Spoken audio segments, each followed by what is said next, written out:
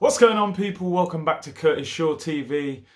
Video today, breakdown of the game, Arsenal against Chelsea, 2-1 defeat at the Emirates. Really was, for me, probably the most painful defeat of the season.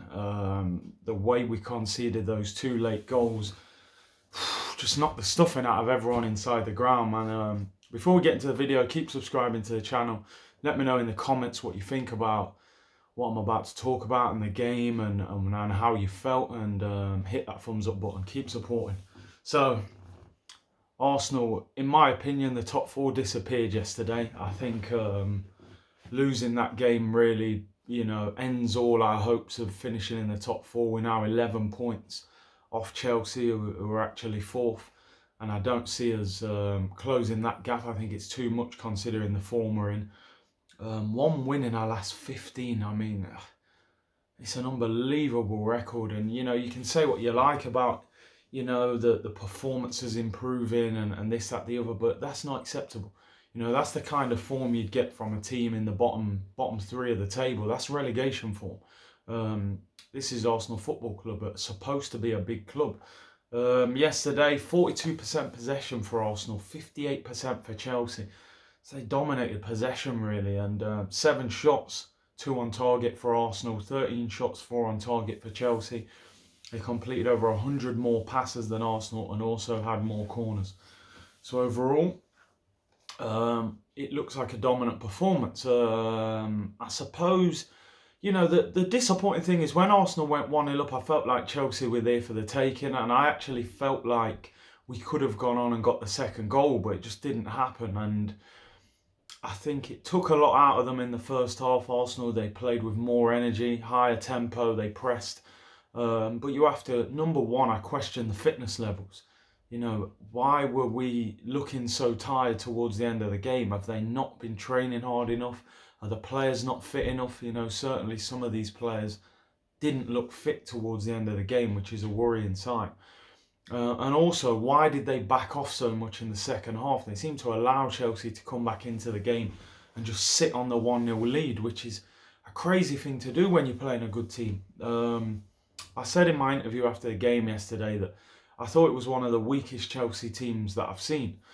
I then said, but Chelsea are still a good team, and people were sort of questioning that comment. What I meant was, over the years, I've seen better Chelsea teams than this. Ones with Hazard, Drogba, Diego Costa, Fabregas. I've seen better teams than this. But they are still a quality side within the context of the Premier League. You can't just sit off them. I thought Tammy Abraham was quiet, and, he gets that chance at the end. And Mustafi, for me, should have been touched tight. Two things Mustafi could have done in that situation. Number one, he could have fouled him on the halfway line. You see him when Tammy initially gets the ball, he's on the half turn, so he's not really aware of what's in front of him.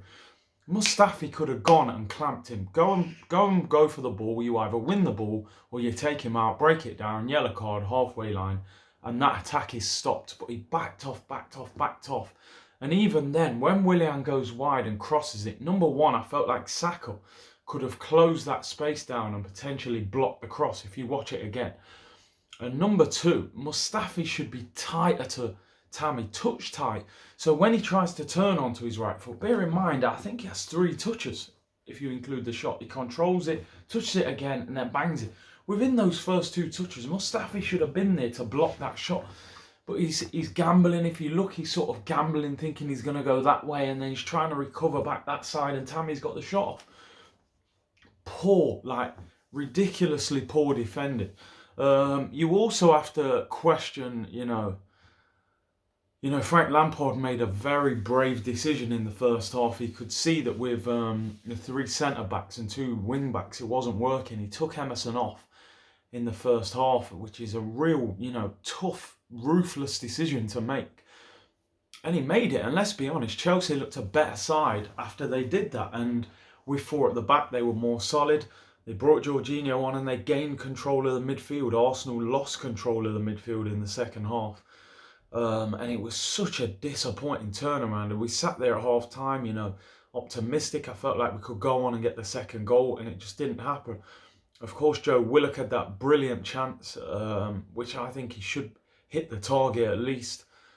which probably finishes Chelsea off if he scores that, but he doesn't. One thing that I also moaned about yesterday, I do want to be positive because there were improvements, but I think it's a loser's mentality when you keep patting people on the back even though they've lost. Eventually you have to say, okay, the performance was better, but you lost. It's not good enough. We're not a bottom three side. Chelsea are not an unbelievable team. We were 8 points behind them. A win yesterday would have put us 5 points behind them. They're not much better than us if you put it in that context. Now they beat us, they're 11 points clear. They look a much better side than us. But that's at the fine lines in football. And I believe we should have won that game yesterday. They didn't look like scoring. Leno made a mistake for the first goal, which has been so uncharacteristic of him to make that mistake. He should have got a fist on that ball and punched it away, but he didn't. Also, Torreira gets bullied by Jorginho in the penalty area. He should be stronger. This is supposedly our muscle in midfield, getting bullied all over the pitch in that area anyway. And the second goal, as I say, I felt like Saka could have blocked the cross. I think Mustafi should have fouled Tammy on the halfway line, and he should have been closer to him when he actually scored the goal. So situations there where it was avoidable.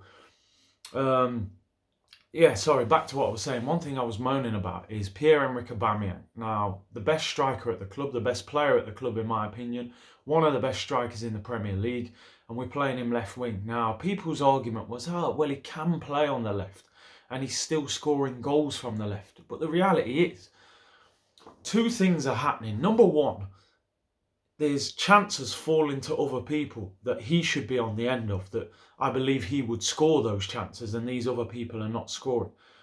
And number two, what you're doing is, he's 30 years of age, 31 in the summer.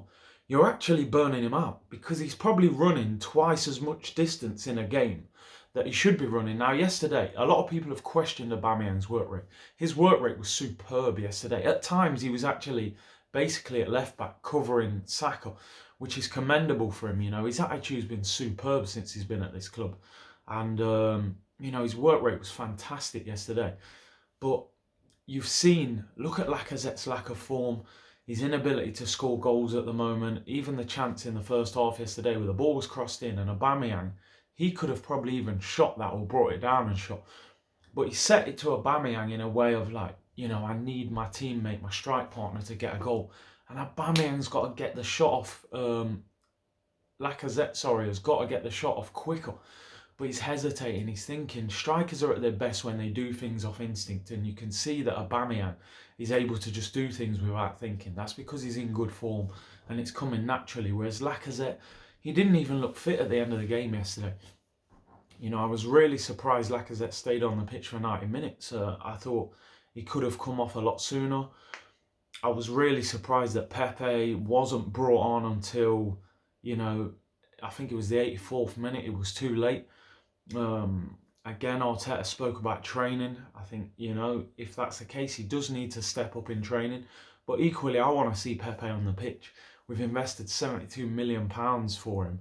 And I think he needs to be playing. We need to know how good he is. And a lot of the time I felt he suffered under the system of Emery playing too deep. Arteta wants his wingers higher up the pitch. And I want to see Pepe on the pitch. I think that's a situation they need to sort out. As well as Reece Nelson did yesterday. And I thought Nelson had possibly his best game in an Arsenal shirt yesterday. Certainly in the Premier League. I still feel like Pepe's got a higher ceiling in the sense that his best is higher than Nelson's best. I don't think there's any doubt about that. So I think we need to figure a way out of getting Pepe into the side and seeing what he's about. Certainly think he needs to be starting against Man United. Even though Nelson played well, the games are coming around quickly. You need to rotate your squad during the Christmas period. I think Arteta, the only thing I would put against him yesterday, I thought tactically he set us up well. I felt he waited a long time to make the two last substitutions in Willock and Pepe. I thought you could see from early on in the second half we'd lost control of the game. Chelsea were dominating and he took a long time to make those substitutions, particularly Pepe, bringing him on for 6 minutes. And I think he has to figure out a way of getting our attack fluid. As I was saying, a stat that is crazy is that Aubameyang is the only Arsenal player that scored in the last 4 games for Arsenal. You know, it was 5 games ago that Pepe scored against West Ham, that brilliant curler into the top corner. So people aren't scoring. People say the Arsenal attack is good, but the attacking players aren't doing anything apart from Aubameyang.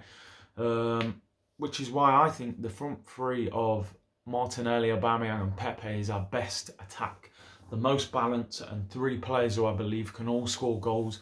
Of course, Martinelli was injured. I'm hoping, from what I've read, that he'll be back for the Man United game. And I hope Pepe comes back into the team.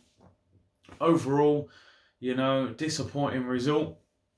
The performance did improve slightly, but as I say, if we're a big club with big ambition, we can't just accept performances improving. We have to start getting results. This is a results business. We're only 6 points off the bottom 3 now, 11 points off the top 4.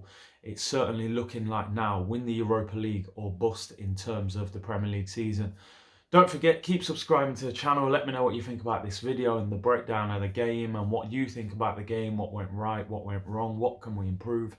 And hit that thumbs up button. Thanks for your support, and I'll see you next time. Bless.